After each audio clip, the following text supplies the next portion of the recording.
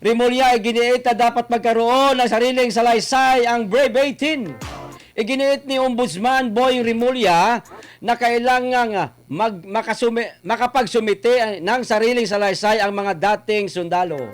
Ito ay kung nais nilang ganap na isiwalat lahat ng kanilang nalalaman sa umano'y anomalya.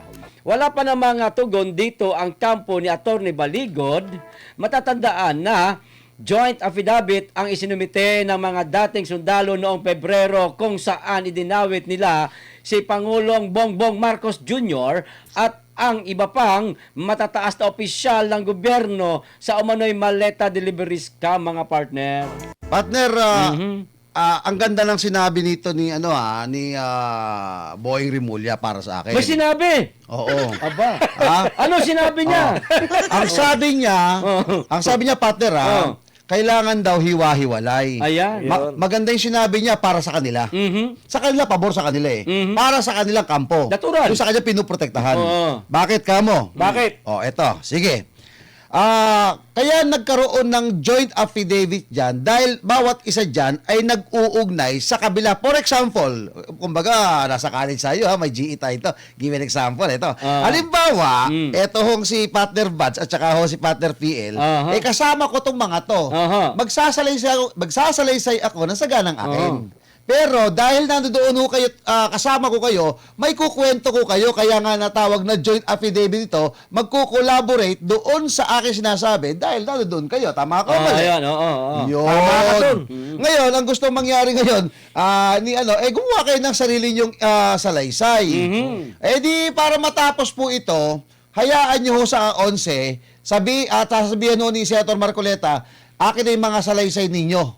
At individually, gawin na lang ho doon sa Blue Ribbon. Original. Kailan? 11. Bakit? Bukas. Bukas o Huwebes. Yung Blue Ribbon. Yung original na Blue Ribbon. Kasi partner, Natanong ba natin kung tuloy, sabi ni Senator Marcoleta, di ba, pwede pa sila magpalit ng venue, no? Ang naitanong ko sa kanya, sabi ko, Tuloy ba? Sen, ganyan, tulad niyan, sarado po ang Senado. Oo. Pwede po ba kayong humanap ng ibang venue para matuloy ang Blue Ribbon? Sabi niya, pwede naman. Yun. Kaya gusto talaga nilang matuloy. Alam, partner, nakikita ko dito, Ito, total, pag-usapan natin si Senator Marcoleta. Sen, magandang araw po sa inyo. Ito, Sabi, wag na. Tama na yung tatlo. In-interrogate ko. Grabe, partner. Sige, tuloy mo muna. Tuloy mo muna. ang punto dito, bukas, dahil magkakaroon ng Blue Ribbon na naman. Naalala nyo yung Inshallah, no? naalala nyo yung Junpor? Di ba Blue Ribbon Committee rin yun? Anong ginawa ho ni Gatchalian? Naglabas ho ng memo. Work from home. Di ba? Bakit? Hindi, Para may COVID, ano? Oo. Tapos, ngayon, partner, ito papasok na naman tayo ngayon. Sa? Bukas. Eto na. Dahil nagkakaroon na ng BRC o Blue Ribbon. Isipin mo, naglabas na naman ng memo, work from home. Nagkataon lang kayo naman. Masyado naman kayo. Nagkataon lang. Nagkataon lang yun. Na parehong may Blue Ribbon, nagdeklara ng work from home.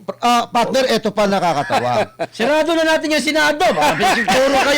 Puro kayo work from home. Sarado na Senado. Bira. Ito, partner, Partner Buds, partner, sa mga partner ho natin, gaano kalaki ho ang intelligence funds ng AFP sa ganyan? Malaki. Billion yata. Billion, Si PNP, gaano kalaki ho ang intelligence funds ng PNP? Billion din. Palagay ko, billion din. Billion din yan, partner. Wala pala kayo sinabi sa NBI. Pero hindi ako sigurado, kaya talagang...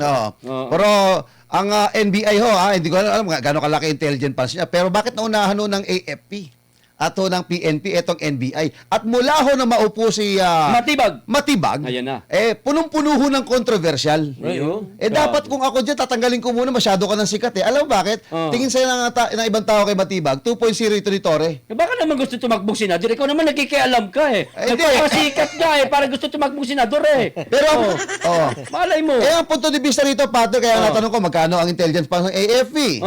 Magkano ang intelligence funds ng PNP? Matakin mo na unahan naunahan niya pa yung PNP at saka Magkano yung ba sa ano. kanila? Ewan ko. Ah. O di ba? Naunahan pa ng NBI at lagi ang At NBI tanungan ngayon. natin. Oh, at ang NBI ngayon ang NBI ngayon nangunguna. Nangunguna sa lahat. GSIS building. Yan. Di ba? Drill. Oo. Drill. Barina. Drilling. At imbes na tapatawag ho ng Oh. mga ganyan, NBI lagi ang pinagkukuha ng ng mga source nila. So, gano'n nila pinagkakatiwalaan si Matibag, partner? Oo, partner. Kaya nga, di ba? Oh. Oh. Okay, maraming salamat sa nagpakulay na si Masaya Ka 25. Ayan, 25, 24. Maraming salamat po, madam. Madam ba ito? Lalaki ito. Partner Badong! 500 million lang pala. Ang NBI? Hindi, yung DILG. PNP. PNP Intel Funds. Talagang 500. hinanap mga Oy, chismoso. syempre. Kasi sabi ko billion, baka mali tayo. Tama. Mahirap Kinorek mo sarili mo. Kinorek ko sarili ko, partner. Oh, tama. Yun, tama. 500 million Ano lang, masasabi million. nyo rito, partner, na Ano dapat, na iginiit ni Rimulya na dapat magkaroon ng sariling salaysay ang Brave 18. Ibig sabihin siguro nito, Alam mo, partner. kanya-kanya. Alam mo, partner. Oo. Ito, nahiwagaan ako eh. Mhm. Ang pinakamahirap talaga mahanap sa paglutas ng krimen, yung mga testigo. Eto, masyado silang abala dun sa mga maliliit na bagay katulad ng affidavit. Ayan. Kung may lumalantad na ganyan at ikaw ay ombudsman o ikaw ay kapulisan o kung ano ka man, Otoridad. gusto mong malutas yung Kaso. yung isang krimen, Oo. 'di ba, partner? Ang pinakamahalaga yung yung paglantad ng mga testigo. Yun naman talaga eh. Ito, kumbaga hindi na kayo naghanap kung saan ang dumarating sa Ayun. inyo. Correct. Tapos hinahagilapan pa ninyo ng kung ano-ano. Yung mga sinasabi nilang madali lang naman talaga rin yan. Totoo. Kung gusto nyo yan, di isa-isay nyo yung salaysay. Kayo nga nag-iimbestiga, di ba? Yung kumbaga, yung iba kasi, sa napapanood natin sa mga pelikula, lalo na sa ibang bansa, di ba? Poprotektahan yung mga testigo. Talaga, dito sa atin, baliktad eh. Yung mga testigo rito na lumalantad, talagang bahala sila sa buhay nila magprotekta sa sarili Ayun na nila. nga, oh. Tapos, imbes na pakinggan sila, tapos alamin kung sino yung mga ini-implicate nila, imbestigahan, hindi eh. Eto bang mga to, nagsasabi ng totoo? Eto ba, tama yung sinasabi nito? Bakit niya nasabi? Oo. Parang ang ini-interrogate yung mga testigo, partner. Ang sagwa, partner, no? Samantalang ang dapat yung mga tinuturo nila, Oo. yun yung lead nila, di ba? Lead ng yun, ng mga investigador na imbestigahan natin to kasi sinabi to ng 18 Marines. Oo. Ang gusto nilang palabasin yung bakbaking yung pagkatao ng 18 Marines. Ayun.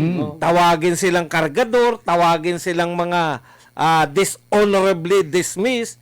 Huwag silang tawaging mga ex-Marines Ex-Marine, kasi nakakasama yan sa AFP. Yung mga tipong gano'n na kung mahina-hina yung loob ng mga to, duwag kung ayaw nyo testigo ako yung partner. Sabon! Wala na nga ako kinabig. Duwag kung ayaw nyo, duwag. Lintek na yan. Partner, Magsasaka na lang ako rito sa... Pupunta ako kay PL, mag-aalaga ako na itik. yun! Parang ganun yung yung... Ganun nga eh. Kaya, kung ako yun, no? Kung ayaw nyo, wag. Tama. Kung Ako na nga tumutulong na lutasin yan. Kaya nga, partner dahil. Kaya nahalata talaga na, Yeah, ano ba talaga? Gusto nyo ba malutas? Ayun O- na nga eh. Partner, ito dagdag lang ako, join lang ako ng konti kay Kasi ganito, di ba? Ngayon kasalukuyan, mga partner, dalawa ho ang nag-aagawan ho dyan. Isang peke at saka ho original. Sino peke? O syempre, alam mo naman, yung Marcos Black. Ayoko Ayun. yung Black eh. Marcos Black ang gusto yung pangalan Marcos dyan. Black. Oo. Bakit naging Marcos Black? Nakita mo naman nung si SP Cayetano ang may hawak, no comment, talagang nanginginig ang tumbong ho ng Malacanang, ayaw suportahan. Nung nakita agaw ho ng kabila, di ba? Kaya nga sabi ho ng maraming nagko-comment at nakikita ko, yun daw pong kay Cayetano. Cayetano. Ang kanya hong BRC. Cayetano ba? Ang kanilang hinahabol dito, yung magnanakaw sa kaban ng bayan. Ayun. Yung Klaro. flood control. Klaro ha? Klaro ho, klaro yan. Ayan, Kaklaro natin ha. Uulitin po natin, kay SP Cayetano, ang hinahabol po nila, yung perang ninakaw na bilyong-bilyong halaga. At dapat mapanagot kung sino ho ang involved. Okay. Kay Talian. Samantalang kay Marcos o kay Gatchalian Black, ang inahabol daw po nila yung mga testigo ho diyan sa flood control na yan. Sagwa, ano. O di ho ba? Eh makikita mo ho yung difference, ano ho? At talaga naman ang totoo. Yun ang totoo. Hinahabol po nila yung mga witness, sinisiraan po nila kapag kaganyan. Imbis na ho tulungan at kalkalin pa yung kay Gatchalian Black partner, talagang ang target yung mga witness.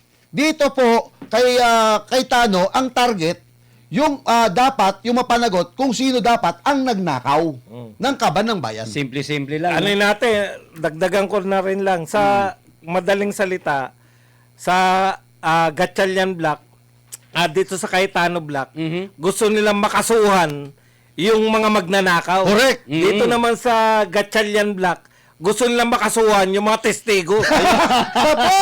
Sa pool. Real talk, partner. Real Kasi talk talaga. alam mo yung chairman nila ng Blue Ribbon dito sa kay Gatchalian. Pagkatapos ng hearing, nagpunta ng saan ba nagpunta? NBI ba? NBI. O DOJ. Nakalimutan ko kung saan eh. NBI. NBI, nag-file ng kaso dito laban sa mga testigo niya. Siya nag-imbita doon, ha? Oh. Ay, partner, ito pa. Ito pa, partner. Partner, lang. Sige, tuloy. Ang sabi nung Itulpo, Erwin Tulpo, ito yung ano, ito yung original na Blue Ribbon Committee. Partner, napanood natin Ito lahat. yung Legit. Legit. Kung legit yan, bakit hindi nyo ho binanggit na Blue Ribbon? Bakit tinawag yung meeting lang? Bakit hindi yung sinabing hearing? Hearing. O, di ba? Bakit naging meeting? Ay, tagal yung ina-announce ito yung legit eh. Ito yun eh. May kukwelyuhan ka pa. May kung ano-ano ka pinagsasabi dyan. Alam mo, partner, Ikaw, partner, tatanungin kita.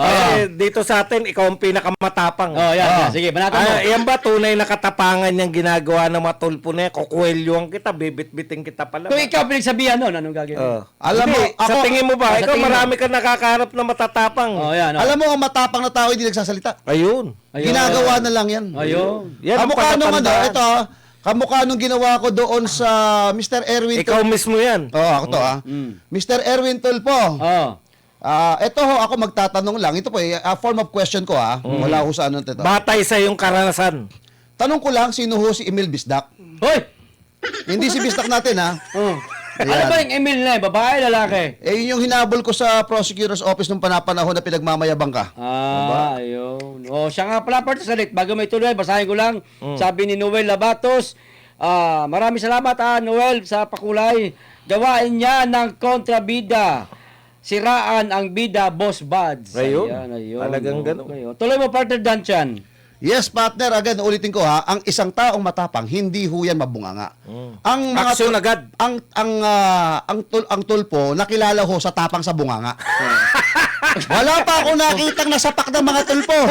Pero, Wala pa akong nakita, wala pa akong nakita na nasuntok ng tulpo. Pero may alam akong tulpo na nabugbog. ayun! Tsaka anong ginawa nila nung nabugbog yung kuya nila? Ano ginawa nila? Hindi ko nga alam. Kumanti ba sila kay Raymark? Wala naman, nagyaw-yaw lang rin sila eh. Hoy, partner, 2,000 na tayo. Palakpakan mo naman Marami, yan. grabe Basta may bagong bisita talaga tayo. Nagto-2,000 tayo palakpakan. Na-miss lang po ako, mga kababayan. Na-miss. Na-miss nyo lang. Okay. Partner tuloy tayo dito pa rin tayo partner sa Tuloy mo na dyan. ito pa rin yung sa Senate. Senate at yung mga kaganapan sa Senate. At saka itong tungkol sa sa 18 Marines. Ayan. Ay 18 ex-Marines. Ay B18 na sila ngayon partner eh. B18. Brave 18. Brave 18. Ito partner si kilala niyo naman siguro si Junior, no? Hindi Marcos Junior, ha? Sinong junior Si yan? Aquilino Q. Pimentel Junior. Ay, kasi sinasabi ng mga tokargador, minamaliit, hindi daw karapat-dapat na tawagin sundalo. And meron po naging tugon si si Aquilino Pimentel Junior. Partner, patay na yan. Junior nga?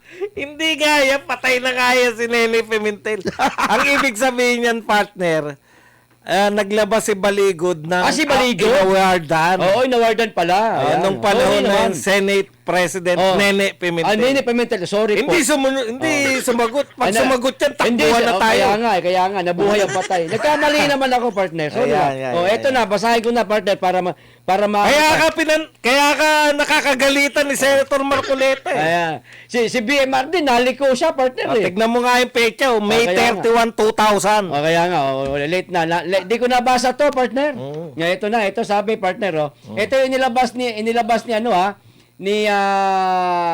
Atty. Baligod. Baligod. Nagulat ako, nilabas niya to. Sabi ko, teka, akala ko junior si Coco. Baka junior si Coco. The third. Buti na lang, partner. Ito, partner, sabi, Si Coco yata to. Tingnan nga natin. Sige, tuloy mo lang. Ako si Coco yan eh. Ako na magsasabi. Ikaw, Pero sige. 2,000 pa yan, hindi yan sagot ngayon. Oo, hindi nga. Sige, basahin na lang 26 natin years itong ago binigay yan. ni Baligod para klaro tayo.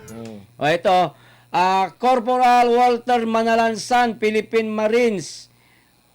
Lit ng letra. FRBC Fort Bonifacio, Makati City. Dear Corporal Manalansan, please accept my sincerest appreciation and utmost admiration to you for the bravery you have shown in battle in Mindanao. Kita nyo na, partner, ha?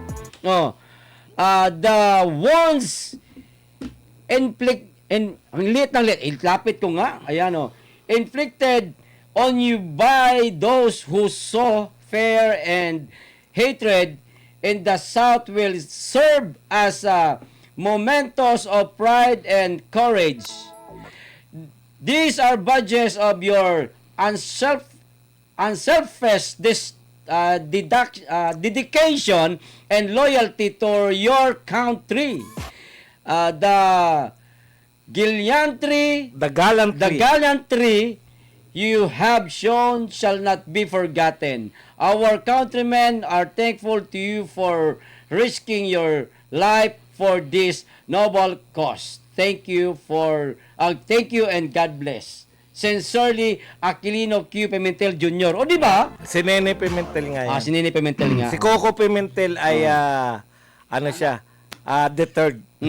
So, ito po ay May 31, 2000 nung Senate President pa si Nene Ayun. Pimentel. Hindi na-inform sa akin, 26 years ago. Ayan partner, ha?